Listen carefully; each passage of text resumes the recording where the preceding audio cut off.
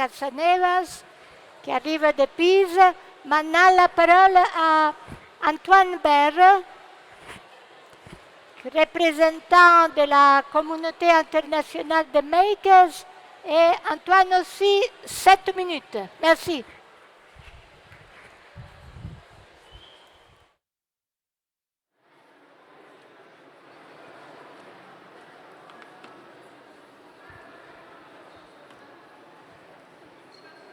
Très bien.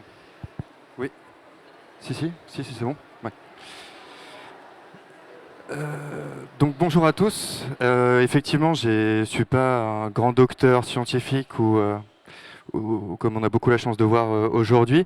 Par contre, effectivement, sur l'invitation de Paola, essayer de parler de ce mouvement maker et de ses enfants, de Léonard, dans cette idée d'imaginer et d'inventer de nouvelles machines pour le futur. Alors, hop. Donc très rapidement, je vais parler de moi quelques instants en disant que je suis créateur industriel et qu'avant j'étais aux Beaux-Arts. Donc pour ce qui est du rapport avec Léonard, j'ai beaucoup appris sur le corps au départ. Et puis cette question, en tout cas, m'est restée jusqu'à mon diplôme et mon mémoire sur qu'est-ce que va devenir le corps et la biologie avec les nouvelles technologies. Mais en particulier, ce qui m'a le plus intéressé et en lien avec ce que pouvait nous offrir Léonard. La petite anecdote, c'est que quand j'étais petit, je lisais cette BD Léonard, que certains connaissent peut-être, mais voilà, où il était toujours en train d'imaginer des nouveaux dispositifs pour l'aider à vivre mieux, ou en tout cas à vivre différemment. Et c'est par là que je suis passé. Hop. En imaginant, avec certains de mes collègues designers, des mini-écosystèmes pour mieux comprendre comment pousser les plantes, et en particulier nos plantes d'appartement. On n'avait pas d'espace, on n'avait pas la chance de vivre à la campagne, on était à Paris dans des petits appartements, et on a commencé à imaginer effectivement des petits dispositifs, des écosystèmes, des incubateurs, vous les appellerez comme vous voulez. Et tout ça grâce à du savoir en fait disponible sur Internet, et une communauté qu'on ne connaissait pas encore, qui était celle donc des makers, des bidouilleurs, des faiseurs, qui étaient déjà installés depuis quelques temps. On a donc proposé, en gage de bonne foi aussi, puisqu'on avait tout récupéré de personnes qui savaient, on a imaginé un kit que chacun pourrait construire à côté de chez soi, dans des petits espaces qu'on appelle des Fab Labs ou des Makerspace pour ceux qui connaissent, et qui mettent à disposition tout un tas d'outils numériques pour pouvoir produire et partager effectivement ce qu'on a appris en faisant. À partir de là, on a créé une entreprise qui avait comme objectif d'imaginer des systèmes électroniques dédiés à la compréhension et à la supervision de l'environnement. Et ça, comme il a été rappelé effectivement dans une vision peut-être très ancienne, mais d'un monde divisé en 4 éléments, qui étaient l'eau, l'air, la terre et le feu même, qui était la lumière, et autour effectivement d'un petit dispositif de contrôle qu'on pouvait mettre à peu près n'importe où. Tout ça pour aboutir effectivement aujourd'hui, dans cette société qui évolue beaucoup dans une technophilie, on va dire. Je ne sais pas où j'appuie. Si, voilà. À imaginer une station météorologique pour tout ce qui est agriculture connectée et aider finalement les producteurs ou alors des particuliers à mieux comprendre et à agir en conséquence de son territoire, en conséquence de l'évolution du climat.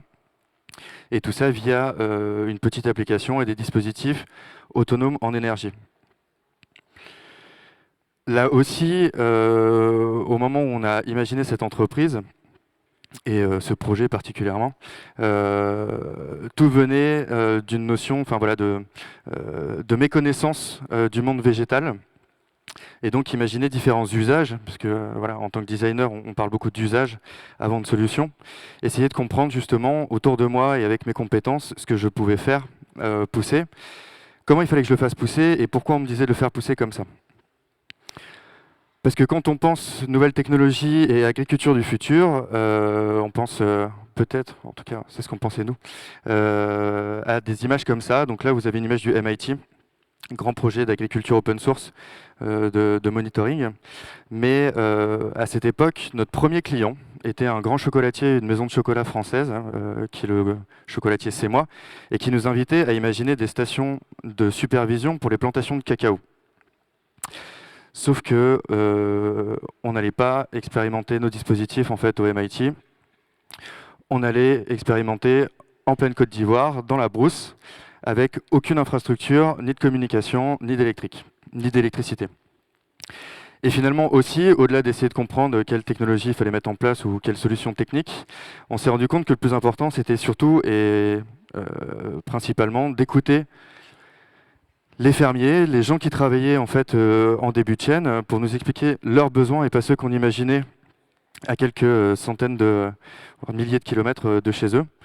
Et surtout avoir un partage de science beaucoup plus basé sur l'expérience empirique plutôt que théorique, et celle qu'on avait pu avoir nous.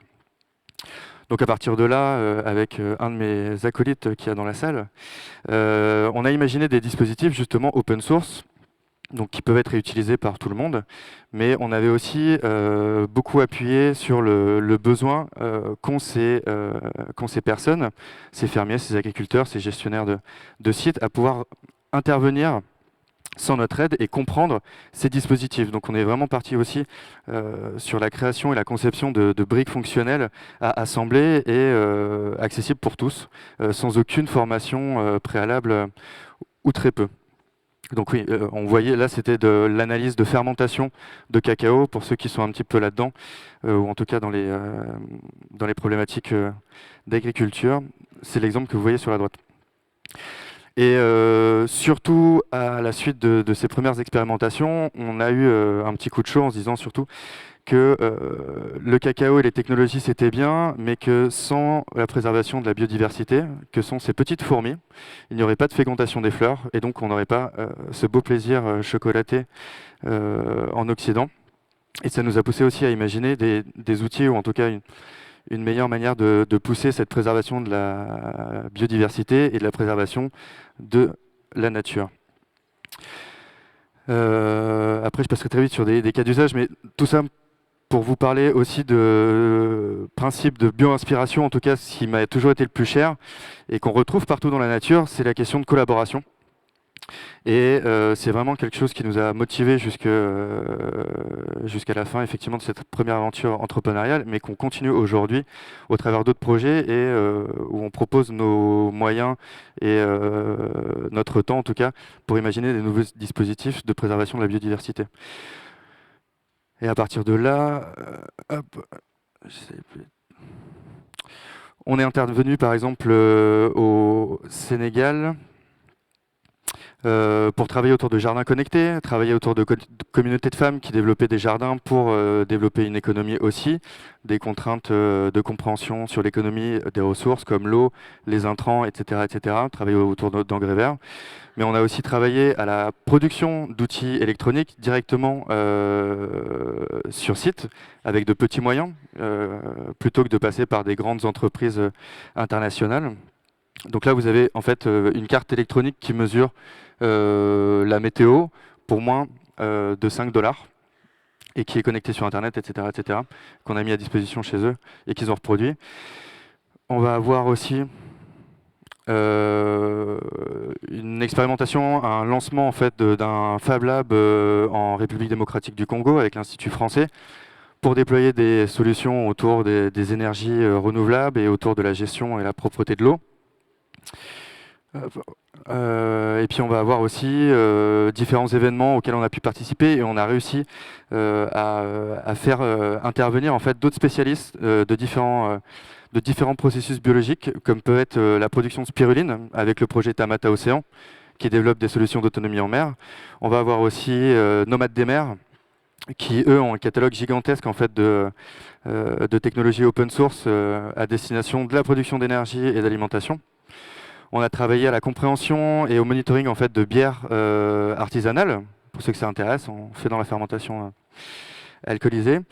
Et aussi, ce qui nous a toujours motivés et qu'on continue, c'est la création d'outils pour la compréhension en fait, des jeunes publics à la fois sur la programmation et ce que ça implique dans l'avenir, l'informatique, et la manipulation autour d'expériences diverses et variées, mais la production, la fabrication d'électronique à usage personnel, et en particulier autour de la compréhension de la biologie.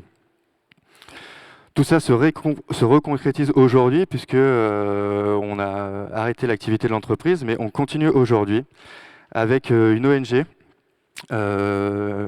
qui est auprès de l'ONU et de l'UNESCO à Genève, dans laquelle en fait on va développer justement des séjours pour des jeunes publics pour la création d'outils d'analyse et de sciences participatives.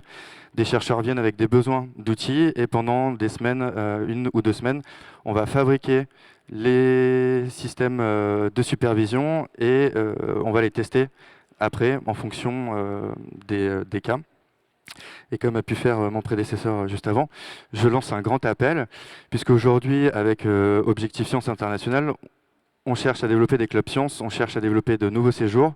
Donc si vous êtes chercheur, docteur, que vous avez besoin d'outils numériques, de l'autre côté, on se chargera d'avoir des citoyens qui veulent justement faire profiter leurs compétences pour des projets de recherche en tout genre. Voilà, je vous remercie.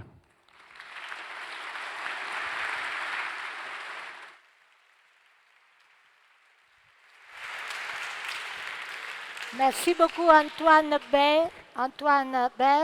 C'est vrai que c'est aussi le motto pour nous, Make Science Brighter. Et aussi une science belle, engagée et au service de la société.